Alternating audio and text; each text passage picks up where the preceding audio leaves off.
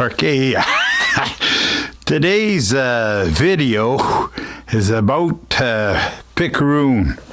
It's, see this here? But it's in-depth. Look at the handle on that, eh? See that? This pickaroon's over 100 years old. This handle, I think, is made out of, wow, don't quote me on this. I think it's made out of softwood, but I don't know what kind.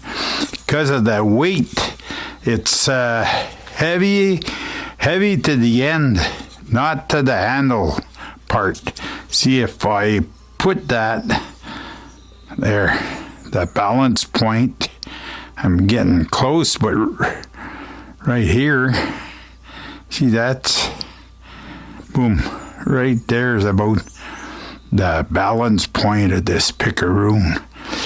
Okay, now first off, I know I showed this before quite a few years ago, I think.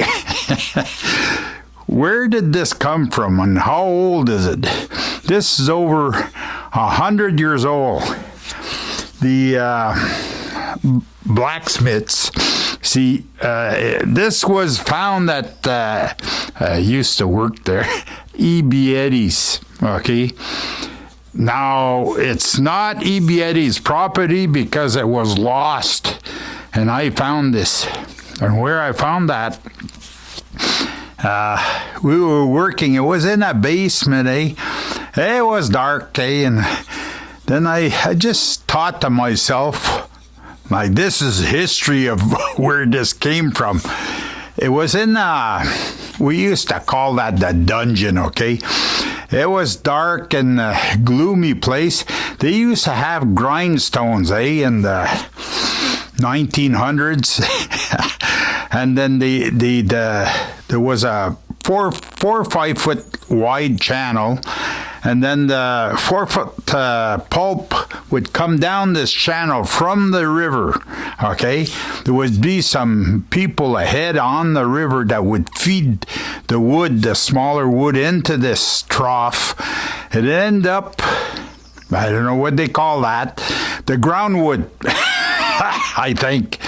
Anyways, and so there was a water wheel outside, and it would be turning these big wheels, granite, I think, no, not granite. It was kind of a coarse, I don't know if they were man-made or they were quarried, these wheels, but the water wheel outside would turn these wheels, and what they do is they'd pick the log out of the little canal around the building that they were working at. They pick the log and then stick it in between the floor and the big grind wheel, and that'd chew up the fiber, and this fiber would go down into a canal and would eventually would a chain conveyor be brought to the mill inside, which was just by their memory maybe 60, 70, maybe 100 feet away. It was under the road too. This canal. It was made out of cement, and there was a chain conveyor in that. But the pulp that these wheels would grind would be brought to the paper mill. But anyways, okay. These, see this here? See this? This was forged right here. I'll let you look at it. I don't like this part here, and I don't like this part here, but that's the way they made them. And look at the wire that they put around see this, the little nail there? That was a start, and it would finish there on the end, and then they would be, I don't know, the start and finish would be at the same place. I don't know. But anyways, I don't like, look at the edge here. I'm making this video especially for one of the subscribers there, Noel's Garden and Tractor and Firewood. But see, he would put his goop bubble gum in here to fill in these cracks, because this was probably a weak spot. That would come loose, I think, but maybe not. But anyways, this was forged from two pieces. There was a strap steel that would go around the handle, and then they must have had some kind of a mold that they'd put that around, and then they'd squeeze this together, and the pick here part would be made out of some other kind of steel, which was probably very hard steel. And then they'd forge them. You can see that right here? They would forge that together. But that was well, the guys that know how to forge things can do that. I know they use a borax, and they heat it red and they hammer it, and it hammers the two steels together, and it's just like welding. It's just as good as welding. These guys used to make horseshoes too at the mill for the horses that used to draw the coal. Because, but anyways, I don't want to give a history on the Ebieti mill at Chaudière Falls in Ottawa, but there used to be some real smiths, metal smiths.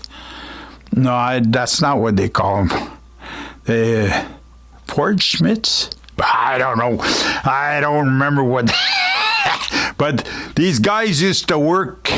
I know where they. No use to say that in here where they were working, because I seen the wall where the forges were, and how black. And one time they had a fire, as a matter of fact, and there was when I was working there. Now most of that is all torn apart because they sold it to I don't know, some prosperous company that's gonna build condos for people to live in, and I think Ottawa Hydro's bought the water rights. See this here, how it was made, That my father, you see, when you take that, it's your hand doesn't want to slip away, It's made in such a way. My father used to he'd call that the knob on the end of the axe handle, He used to make axe handles out of ironwood, I've talked about this before here, and that's the way he'd make the knobs, and it was flat here because when this would start to come loose, it just hit that flat part, and it set it back in. And just by the way, the wedge here is a wooden wedge. It's not a metal wedge like the stuff they sell. But I find it kind of chintzy. You see, it's two pieces, not even a whole piece in there. But there was a reason for this, and this here part, it's all got grooves in it, but not straight with the grain. It's grooved, but sideways, almost sideways. So it's just the way it was made. It was probably made in the way that it stayed together, but it's short, It's not like, I know Noel's he uses some that he made himself with a point, which probably just as good as this. And he made them himself, and they're longer than this. This And hang on, I'll go out of screen here. I'm just gonna see. I got it's a pulp hook, okay, that I bought, and the end. Ooh, oh no, that's the way it's made. See the end on that? It's made to when you stick it in some, but you can change it, eh? It can be changed, just the end here. I don't have a change. I won't be, hey, I bought this about 30 years ago. This, and hang on. Do you guys have time? I'm going to show you something else that I bought. I don't know if I can get it out of here. Oh my God. Oh my God. Wow. Be patient now.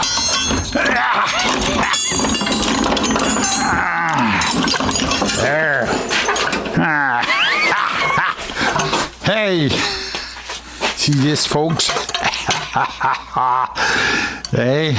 I bought this at okay, this is a good can hook, but I never use it. I don't know why I bought. You know why I bought this? Because when I seen it, I said to myself, I'll never have the occasion to buy another one of these. So I bought it. It was where people earned their livelihood in the bush. Working with wood, they call that, for those that know the history of where I am, they call that Maniwaki. And there's a lot of people that work in the bush there, so I was at a general store. This where this was.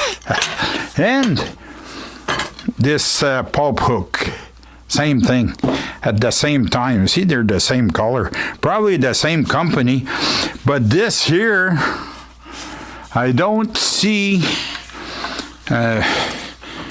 probably privately made. Anyways, this was not what this video was all about. This was all about the pickaroon. But I show you. But you know what? I do some firewood. I split it. I never think of pulling this out. I always use bend over and I pick it by hand, put it on the splitter, the old way, the hard way. But I gotta work smarter, because I seen Noel there, he uses pickaroon to, even the wood that's been split, he picks it up with his pickaroon, and he almost doesn't manhandle it at all. Okay, this is dragged. You guys have a lot of time, eh? Okay, so comments are welcome. I don't know if I covered anything in here, but I had fun. Comments are welcome. I try to give non-generic answers, and we'll see you in the next one.